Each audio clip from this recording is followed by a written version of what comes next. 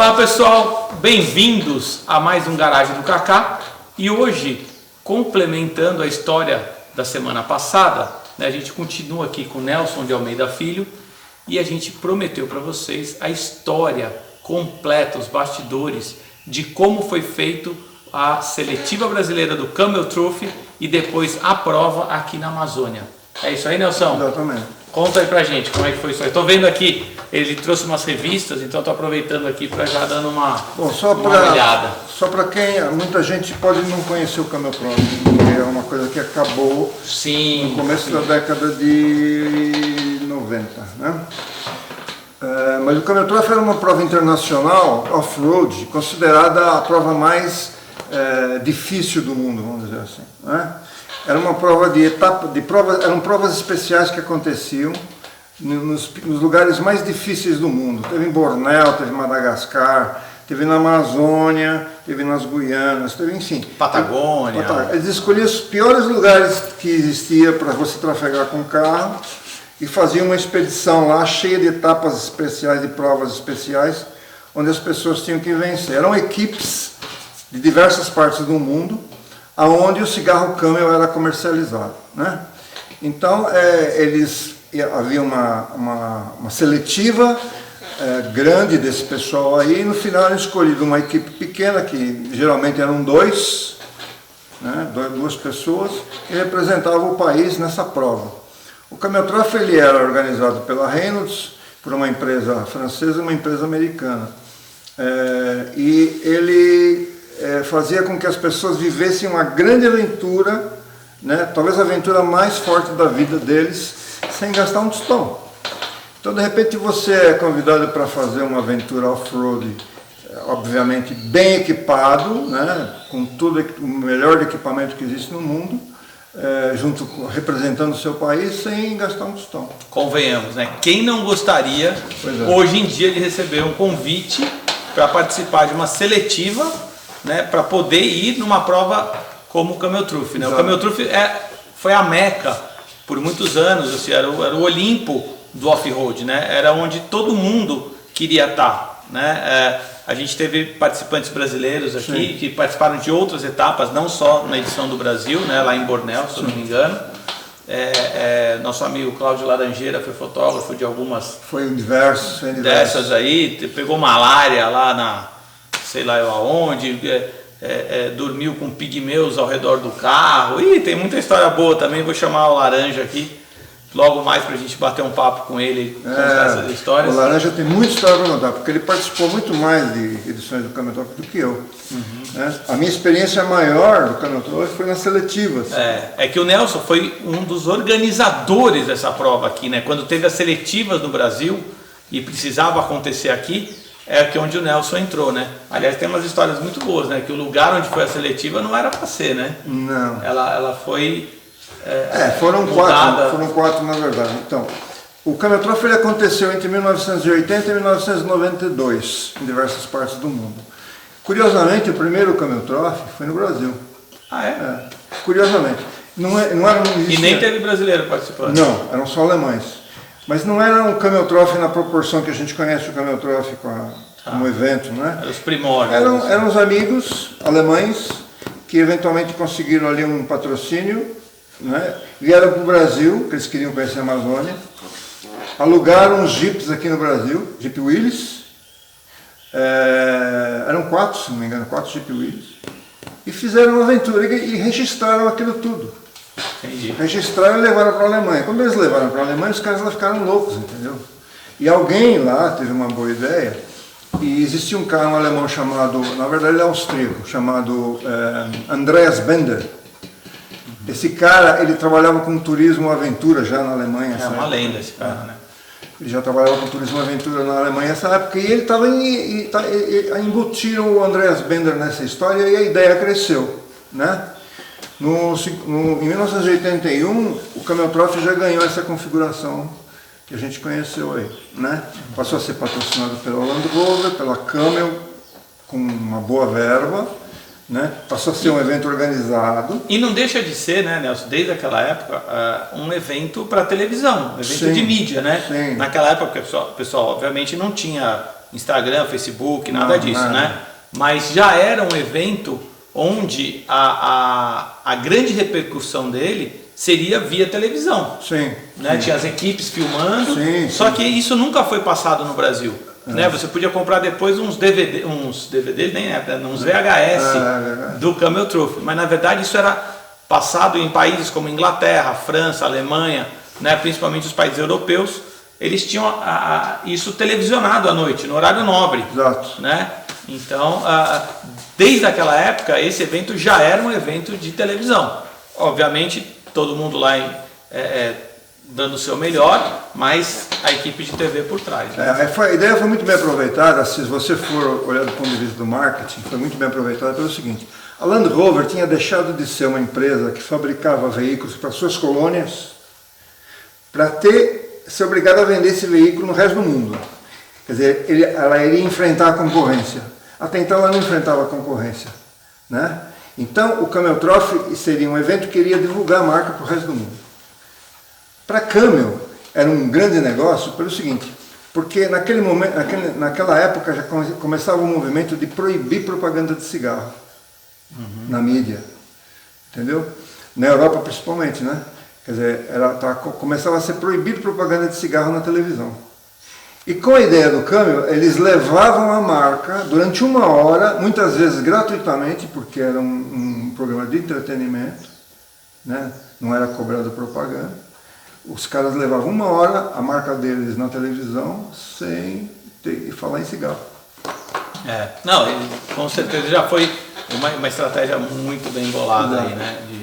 E a Land Rover, pessoal, a gente já falou bastante de Jeep aqui, né? Jeep pela Segunda Guerra e tudo mais. A Land Rover, os primeiros Jeeps, né? Os Defenders, não foram feitos para a guerra, né? Não. Eles já começaram depois para uma utilização muito mais agrícola. E tudo mais, e principalmente, como o Nelson falou, para as colônias, né? Ou seja, para essa questão África, de você, a Inglaterra tinha várias dezenas de colônias na África, então essas colônias elas foram abastecidas com o Land Rover Defender. Então tem vários filmes africanos de países e tudo mais que a gente assiste, aonde o Land Rover está lá presente, né? Tem até uns engraçados, tem outros bacanas e tudo, né? Lembra do imagem, Monty Python com um Defender que sobe numa árvore. Os Deuses Devem Estar Loucos. Os Deuses devem, muito bom esse filme, pessoal. Se vocês não assistiram, Os Deuses Devem Estar Loucos.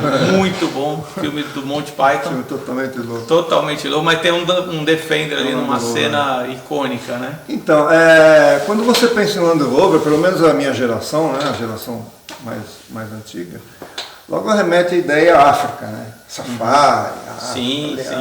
Porque na verdade as Land Rover, a maioria deles iam para a África. Então, se você pegar um pessoal que curte Land Rover e tudo mais, normalmente eles fazem um Land Rover zebrado. E o pessoal de Jeep, né, do Willys, depois do Ford, vai para o lado do exército. Isso. Né, verde, com estrela, ou seja, tem uma diferenciação grande aí entre o Defender e o Jeep, porque eles nasceram em momentos diferentes, para utilidades diferentes, né? Inclusive o Land Rover ele veio depois da Jeep e na própria história do Land Rover conta isso, né? Que eram 2 irmãos que construíram os primeiros Jeeps, né? E eles se basearam no Jeep mesmo da Segunda Guerra, quer dizer, o primeiro Land Rover acho que em 46, 47, já no final da guerra, né? Quer dizer, eles tinham aproveitado aquela história de que o Jeep rodou o mundo, pegaram um Jeepinho e fizeram um Land Rover, né? Mas enfim, voltando a falar do Camel, então em 1981 o segundo Camel Trophy já tinha essa característica do Camel com prova, mas ainda eram só alemães, né? Depois disso é que eles abriram para o resto do mundo, o Camel percebeu que era um marketing muito interessante e podia ser vendido para o resto do mundo. E para o Brasil veio só depois que a Reynolds lançou o cigarro no Brasil, né? Foi em 84. Entendi. Né? Então o que aconteceu? A Reynolds lançou o cigarro no Brasil e nessa época estava acontecendo os levantamentos do Camel Trophy que seria no Brasil no ano seguinte, ou seja, em 85 haveria o Camel Trophy no Brasil e em 84 a Reynolds lançou o cigarro aqui, né?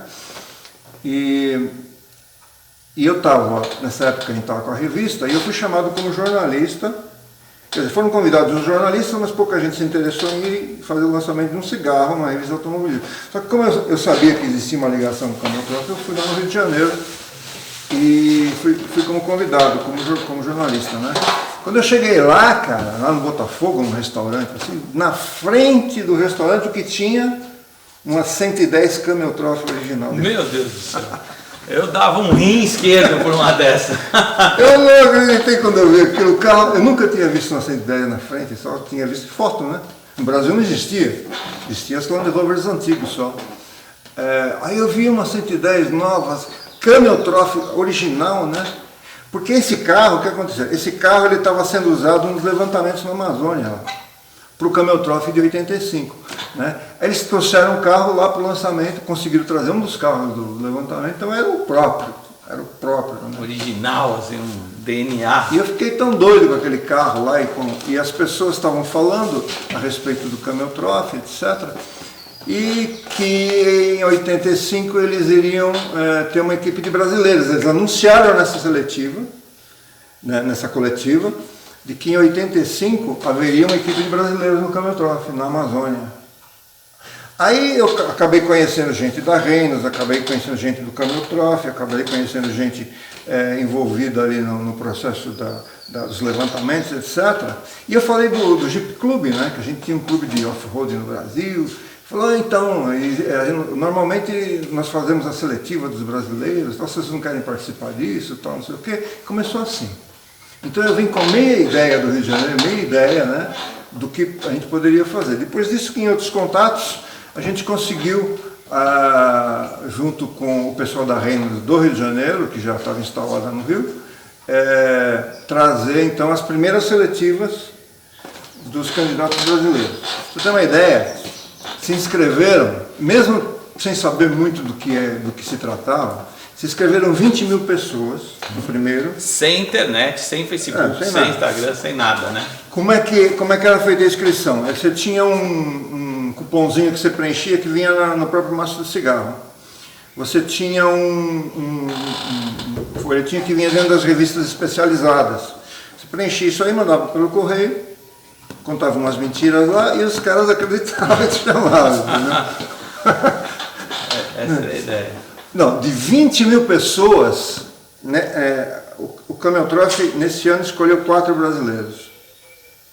Normalmente escolhem 2. Como era lançamento de cigarro no Brasil, eles levaram 4 brasileiros. Né? Então, desses 20 mil tinha que sair 4.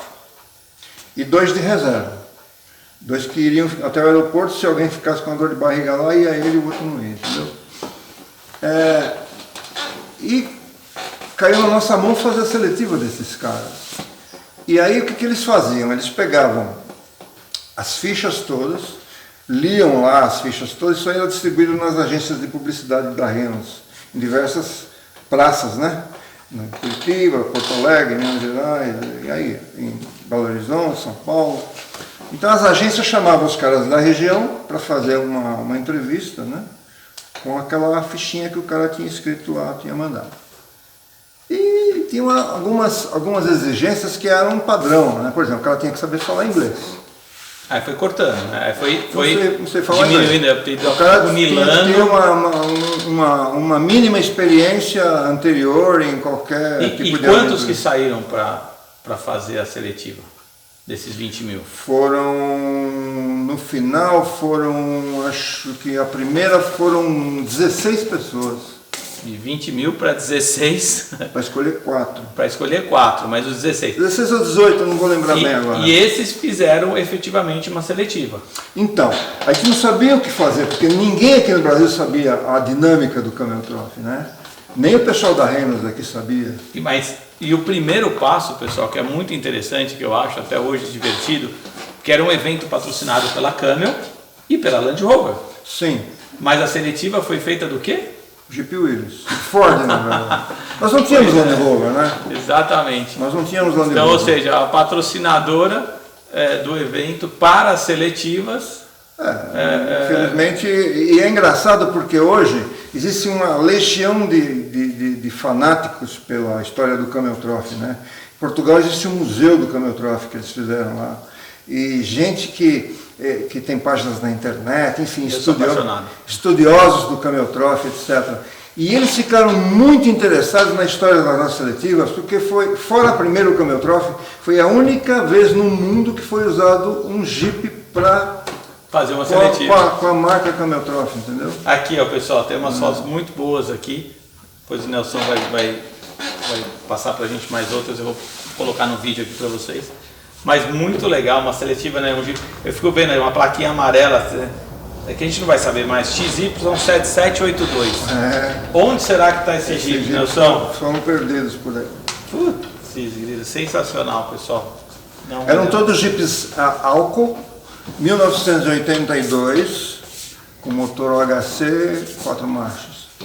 Eram novos os Jeeps praticamente. Esses Jeeps foram comprados pelo marketing da Camel para entregar cigarro nos botecos. Né? Sim. Aí quando entrou o programa Camel Trophy, eles vieram para a gente. Onde é que eu estava? Não no Jeep, vamos começar do Jeep aqui.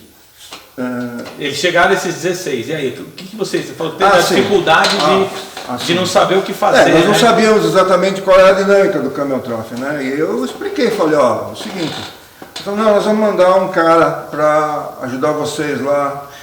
A seletiva foi feita aqui em Valinhos, aqui do lado, na Fonte Sônia, que é uma fazenda, era um hotel, né? Na época, já cheguei a andar lá, já treinei lá, hoje já está meio, não sei. Tá fechado. Fechado, né? Era um hotel fazenda, tinha uma área muito grande de fazenda, e tinha diversas situações lá que você podia criar para fazer as provas, né? E nós já tínhamos feito uma pista lá, trabalhado lá na Fonte Sônia, tinha uma certa amizade com o dono lá e conseguimos então levar o Camel Trophy para lá. Mas, quem que eles mandaram para ajudar a gente a fazer a seletiva? Andreas Bender. O próprio. Seria o Thierry Sabine do Dakar, entendeu? Mandaram o cara. E nós recebemos o Andreas Bender. O Andreas Bender era um cara extremamente simples, média estatura assim, falava pouco, andava de sandália havaiana, entendeu? E eu lembro que ele falava um espanhol muito sem vergonha, melhor que o nosso inglês, né? E eu lembro que ele explicou o seguinte, falou, o que vocês estão pensando em fazer? Eu falei, nós estamos aqui assim, sobe ali, sabe? Tem isso que eles falam, tá bom. Vamos dividir em equipes, vamos dividir em provas, criem aí 10 ou 12 provas, vamos dividir as equipes e amanhã de cedo a gente faz isso aí. Quem que dormiu aquela noite, né? Como é que a gente ia fazer? Mas fizemos, e foi uma prova com diversos obstáculos. A gente já está acostumado a fazer prova de obstáculos com Jeep, né? Inclusive lá na própria Fonte Sônia. Sabíamos lá os lugares onde eram mais difíceis. Criamos lá um banhado lá com água para o cara passar com o Jeep dentro, etc. Algumas provas ele sugeriu que eram provas mais físicas, né? Para extenuar o cara, entendeu? O cara tem que... Porque, pô, na cartinha todo mundo fala, né? No papel todo mundo é herói, né, bicho? Na hora de vamos ver ali que a coisa pega, né? Então a gente tinha que levar os caras ao cansaço, entendeu? Mental e físico. O primeiro Camel Trophy, que esse foi feito lá na Fonte Sônia, que foi em 1984, para a Amazônia em 1980.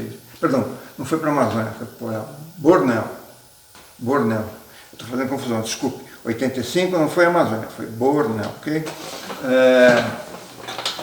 Os brasileiros que foram escolhidos foram o Carlos Probst, que é um carioca, o Tito Rosenberg, que era um carioca, o Luiz Casertani, que era um bombeiro de São Paulo, Osmar Kretschmer, que era um engenheiro agrônomo do Paraná, de Curitiba. Foram esses 4. E os 2 reservas eu não lembro agora, mas esses reservas não foram. O Tito Rosenberg depois fez um livro até da história, né? Se vocês procurarem aí nos sebos, aí, talvez na internet vocês consigam achar, é um sujeito incrível, tem uma história muito bacana aí.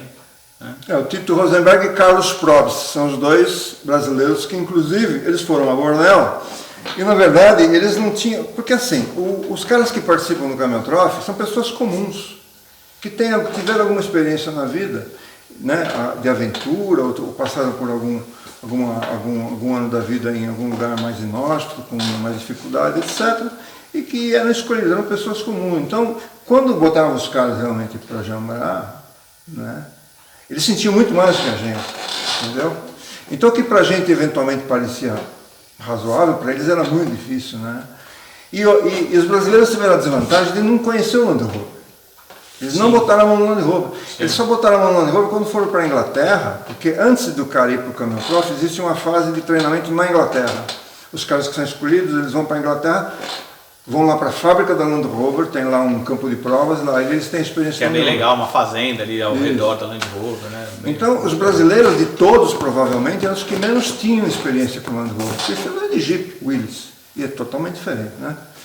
Então, isso aí passou a ser uma dificuldade para os brasileiros que foram para o Camel Trophy, do início. Mas os caras, eles eram muito safos, né? E entre caipirinhas, como todo brasileiro, entre caipirinhas e cafezinhos e brincadeiras e samba, etc., eles ganharam o prêmio de melhor espírito de equipe do Camel Trophy. Que deve valer tanto, talvez, quanto o prêmio de equipe campeã. O prêmio de espírito de equipe do Camel Trophy, ele vale mais do que a premiação que é dada por valores, entendeu? Sim, que o cara conquista lá. A gente falou um pouquinho disso aqui quando eu tive a oportunidade de ganhar o prêmio do espírito do Dakar. Isso. Que também foi uma premiação muito valiosa para eles, né? O europeu, principalmente, dá muito valor a esse tipo de premiação, né? Então, o espírito do carioca, o espírito do brasileiro, enfim, dentre aquelas dificuldades todas que os caras encontraram lá, que foram bastante, né? Foram muitas, para você ter uma ideia, teve uma fase de Bornéu que os carros não conseguiam avançar mais. Tinha um vale na frente inundado, os carros não conseguiam avançar mais e o caminhão tinha que passar para o outro lado. Os caras contrataram um helicóptero, desmontaram parcialmente os carros, sim, tiraram as portas para ficar mais leve, né? Fizeram o transporte desses carros até o outro lado, depois montaram os carros lá para poder continuar.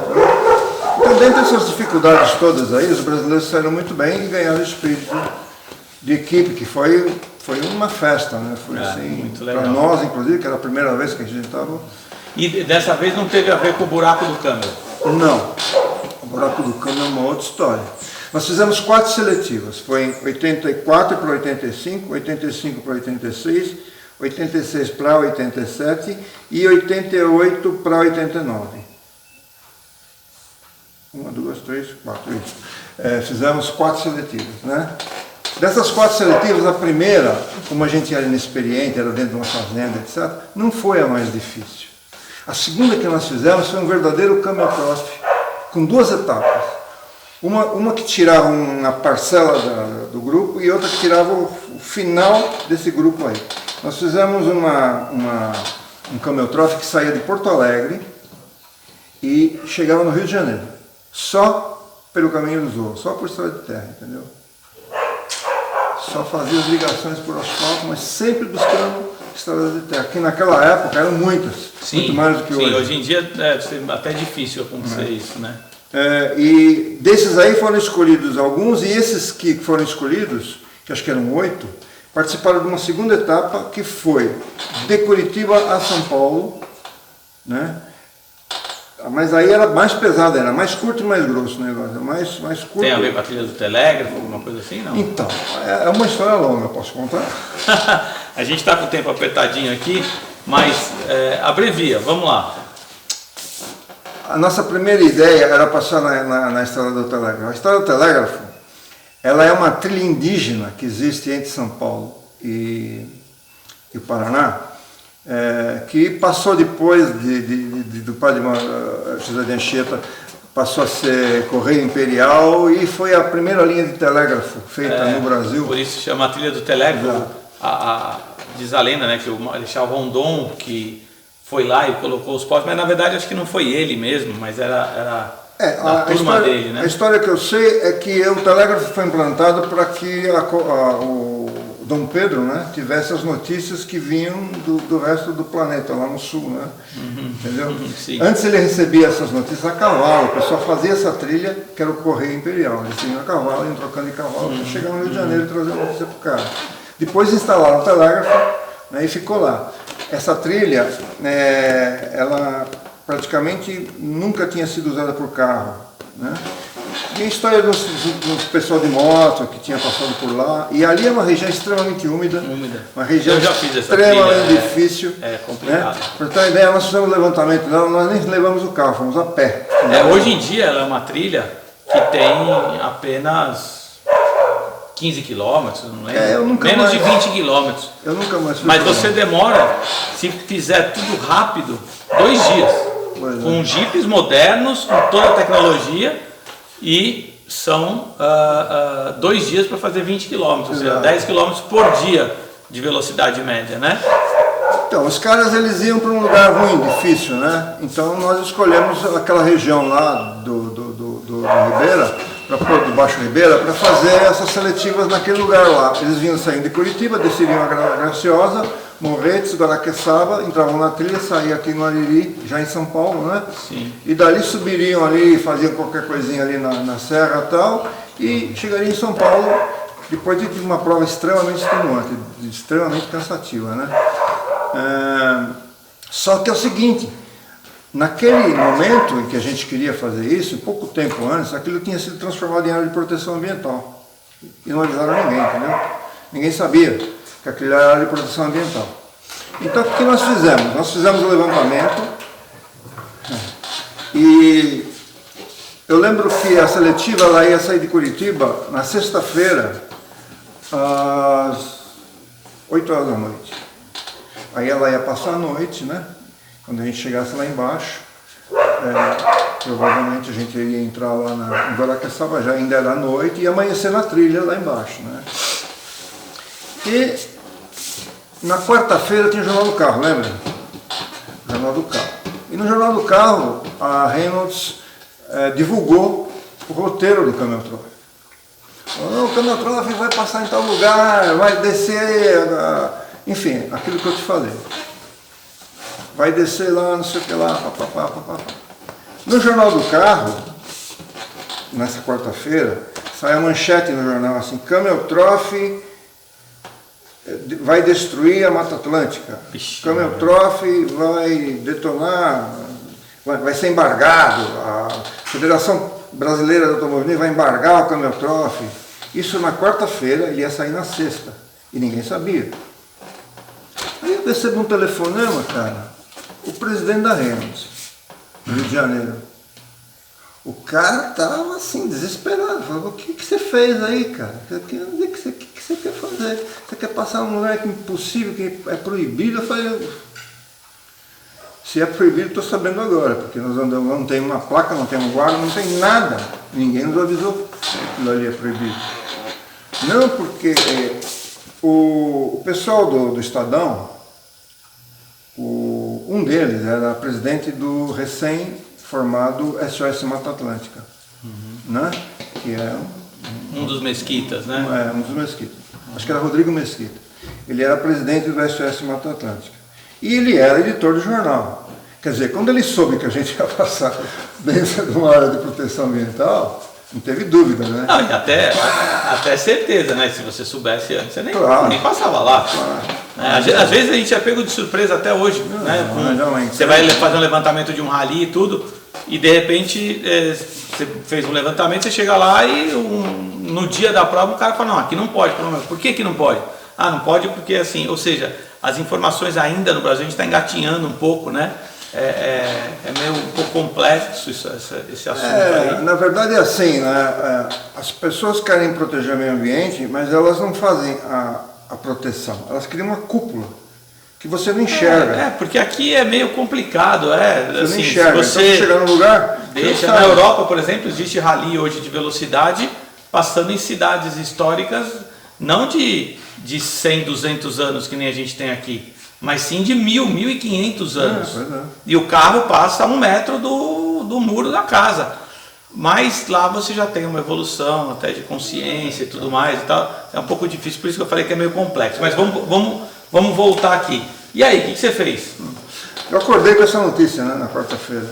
Você tinha 2 dias para resolver o problema. Quando foi 2 horas da tarde, eu estava no aeroporto de Congonhas para pegar o presidente da Reynolds, para a gente fazer uma reunião com o Rodrigo Mesquita no estado de São Paulo, lá no Estadão, na editoria do Jornal do Carro. Aí fomos para lá. E aí fui conversando com ele, né, explicando melhor o que estava acontecendo e tal. Chegou lá, fizemos uma reunião e ficou decidido o seguinte, que nós não passaríamos lá em Guaraqueçaba, na filial do Telégrafo, mas que nós poderíamos fazer as etapas especiais no Alto Ribeira, lá no Eldorado, Apiaí, lá, não lembro como é que chama aquela região. Sim, é por ali mesmo. No Alto Ribeira, né? Parque Estadual do Alto Ribeiro. Petar, Parque Estadual do Alto Ribeiro. Nós não podíamos fazer lá embaixo, mas a gente poderia fazer ali. Não entendi muito bem porquê, mas se era assim, assim seria. Assim deveria ser, né? E eu me lembrei que eu conhecia gente lá. Tinha um pessoal de Jeep Club lá de Apiaí. Né? Imediatamente eu liguei para os caras. Falei, Mauro, é o seguinte, está acontecendo isso, aquilo. Espera um pouquinho, me liga daqui a 10 minutos. Liguei daqui a 10 minutos. Eu estou aqui com o presidente do parque, aqui do meu lado, tal, com meu amigo, não sei o quê. Eu falei, olha, é o seguinte, eu vou ter que sair de São Paulo fazendo a planilha ao contrário, mudando tudo, para chegar em Curitiba e a gente fazer a largada, que eu não vou mais descer para o litoral, vou subir agora a serra. Né? O que depender da gente aqui, pode deixar. Esse cara reuniu um grupo lá de Apiaí, junto com o pessoal do parque, fizeram um mapeamento de tudo lá. Eu lembro que eu saí na quinta-feira, à noite, com o Jeep, porque até então eu não poderia ter saído antes, não lembro exatamente porquê, mas eu saí na quinta-feira à noite de São Paulo com um Jeep meu, com o Halvego, aquele lá, fazendo o levantamento. Ao contrário, né, fazendo a planilha ao contrário. Cheguei lá no Alto Ribeira, devia ser umas 2 horas da manhã. Os caras estavam lá, numa mesa, com uma luz, e já tinham feito um monte de provas, criado um monte de provas nas trilhas que eles conheciam lá, e o diretor do parque era jipeiro, o cara estava doidão também, o Camel Trophy vai passar aqui. Pô, é a meca, né? Maravilha. Então os caras fizeram de tudo lá, né? Foi minha sorte, cara. Eu peguei aquele monte de papel ali, botei embaixo do braço, continuei fazendo a planilha e cheguei em Curitiba na sexta-feira, final de tarde. O caminho larga à noite. Entendeu? Ainda tivemos que tomar banho, fazer a entrevista com a imprensa, né? Teve uma entrevista com a imprensa, que a imprensa queria saber, né? Tudo que ia acontecer. E tiveram que fazer uma declaração lá que não íamos mais passar em tal lugar, que ia mudar, e que o Camel Trophy, aí alguém falou que o Camel Trophy não tinha essa perspectiva de fazer maltratar a natureza, nem nada disso, tal, não era entrevista. Claro. E largamos, cara. Que beleza.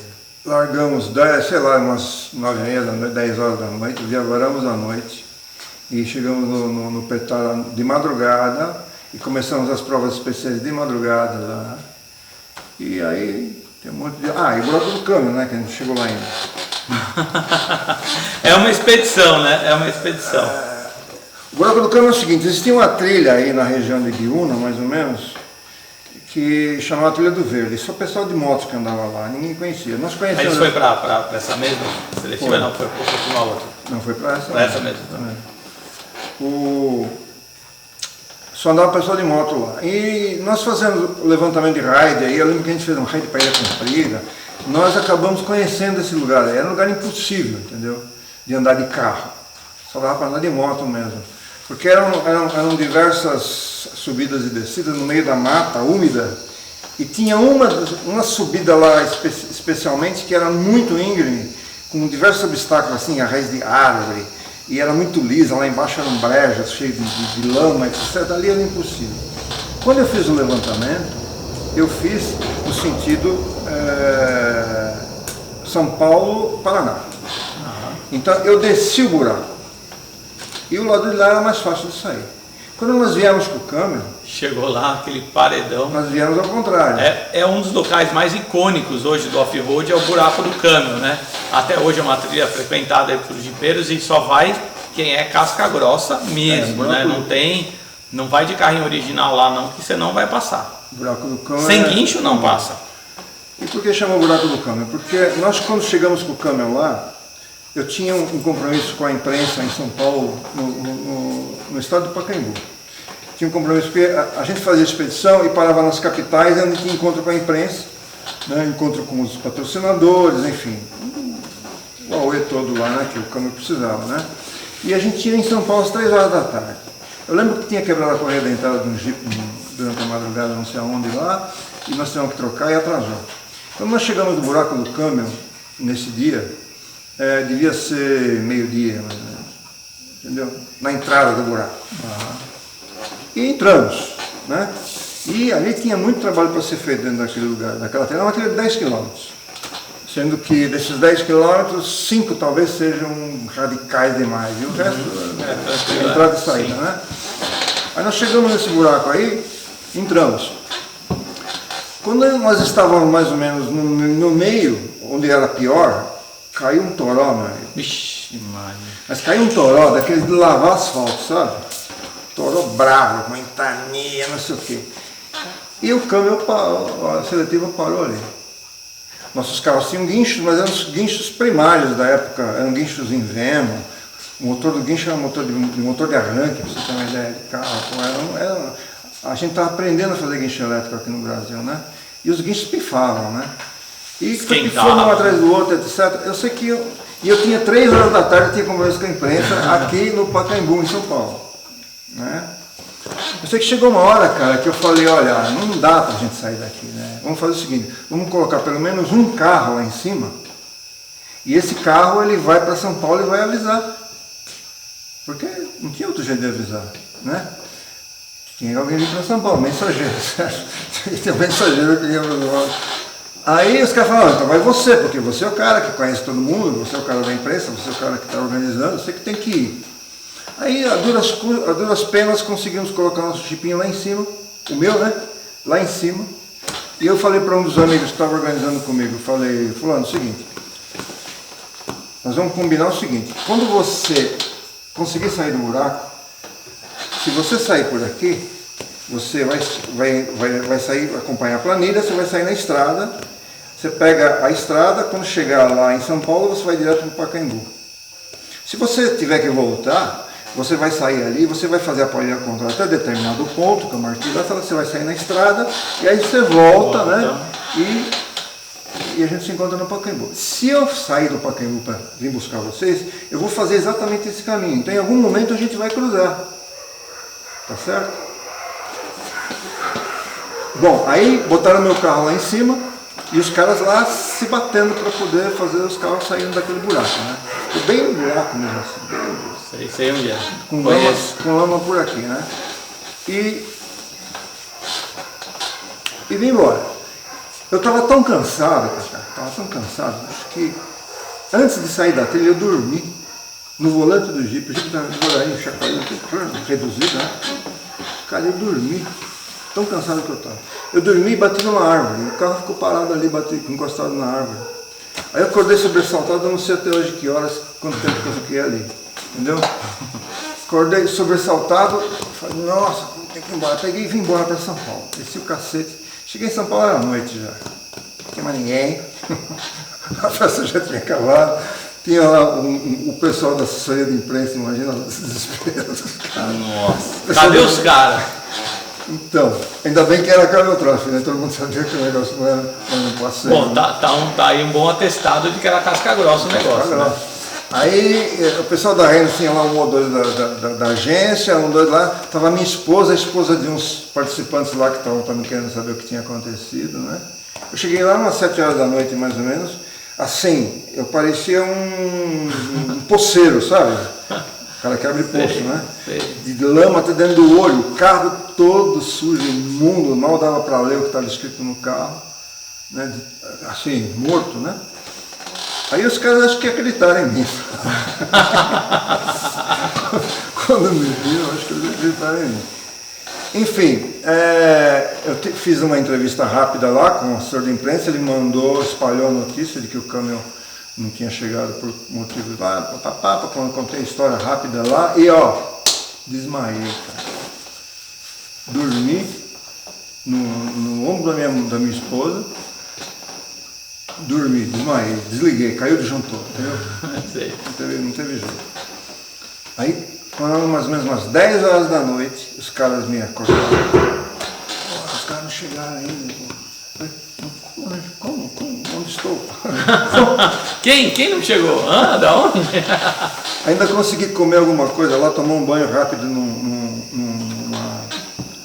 pelotão de polícia que tinha ali, eles tinham um chuveiro lá, tomei um banho e tal, e ainda apareceram os jornalistas de última hora lá que eu tive que atender, e tchum, sentido inverso para encontrar os caras, entendeu?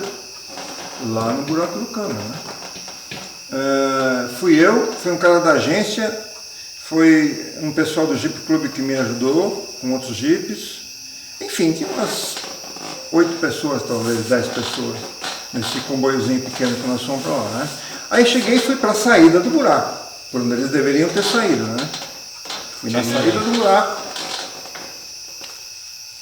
nada, só tinha a marca do meu Jeep lá. Falei, os caras estão lá dentro ainda, né? Não é possível. Ou então saíram pelo outro lado, né? Aí fomos por outro lado lá, para onde eles tinham entrado, estava cheio de marca de pneu. Nessa época, a Firestone tinha lançado um pneu novo e nós éramos os primeiros a usar aqueles pneus. Então a marca do pneu era muito fácil de você identificar, o desenho do pneu. Era muito fácil de você identificar, né? Então a gente sabia que aquela marca era nossa, né? Porque o pneu era novo. E aí começamos a seguir as marcas e tal, aí um amigo resolveu entrar dentro do buraco, entramos a pé dentro do buraco, porque de carro não dá para entrar, tão liso que aquilo tal. Saímos do buraco umas 2h30 da manhã, de novo. Sem achar ninguém. Não achava ninguém, não tinha ninguém lá. Aí começamos a seguir as marcas dos pneus, onde os caras foram, né? Nós fomos até o ponto que eu tinha marcado na planilha, ver se eles tinham saído ali. Aí chegamos numa porteira de um sítio. As marcas de pneu todas ali. Passando ali. Olha, os caras estão dormindo aí dentro. E bate, ela buzina, não aparece ninguém, né? Aí alguém falou assim, não, pela marca dos pneus eles não entraram, eles saíram, pelo desenho, né? Eles saíram, eles não entraram. Olha a marca do pneu aqui. Aí a gente deduziu que realmente eles não tinham entrado, eles tinham saído. Aí continuamos seguindo a marca dos pneus. Passamos num ponto lá onde eles deviam ter saído e o cara continuava do lado. Né? Nós fomos encontrar, aí chegou um ponto que a estrada de terra acabou, a gente chegou na rodovia. Eu falei, e agora? Para cá Paraná, para cá São Paulo. Entendeu? Para onde os caras foram? Os caras tinham errado, estavam voltando do Paraná. Entendeu? Eles estavam tão perdidos, tão cansados, que eles pegaram a trilha, em vez de pegar a trilha e sair na estrada, eles tocaram o pau e estavam voltando do Paraná. Eu encontrei eles no quilômetro 81 da rodovia e eu não sabia onde os caras tinham ido. Não sabia para que lado eles tinham ido. Aí quando eu olhei do outro lado, assim, na rodovia, tinha um posto de gasolina. Parecia assim um acampamento de sem terra, sabe? Os caras todos largados, um carro jogado para um lado e o outro carro lá, e o outro tentando montar barraca. Aí eu cheguei lá para os caras, falei, meu amigo, sinto muito, mas a gente tem que ir embora, não vai dar para dormir. Não vai dar para dormir, não vai dar para montar barraca, não vai dar assim, ó, quando toma um cafezinho rápido aí no boteco, vamos embora, tem que ir para o Rio de Janeiro. Ô, louco! Porque a próxima etapa era Rio de Janeiro, entendeu? Aí saiu o comboio, eu cortei umas etapas, que obviamente não ia dar mais para fazer, né? Ainda fizemos umas 2 etapas de prova especial no alto da Serra do Mar aí. E eles conseguiram chegar no Rio de Janeiro? Chegou no Rio de Janeiro, cravado, cara. Nem acreditei. Gente, ó, você vê que com o Nelson não dá pra gente falar pouco, né? É muita história, muita bagagem, é muito gostoso, é muito divertido. O tempo passa muito rápido, né? Aí vocês estão acostumados, aí normalmente a gente faz um programa sempre mais curtinho, mas aqui com o Nelson não tem como, né? É impossível. Eu fico querendo saber mais da história e se deixar a gente sai daqui só amanhã. Verdade. Então, esse aqui foi o capítulo especial sobre as seletivas do Camel Truth. Ainda nem chegamos na Amazônia, né? Então, aguardem que no próximo programa do Garagem do Kaká, aí o Nelson vai falar sobre como foi a prova na Amazônia. Até lá. Não deixem de se inscrever no canal, de curtir, mandar comentários, ok? Abração para vocês.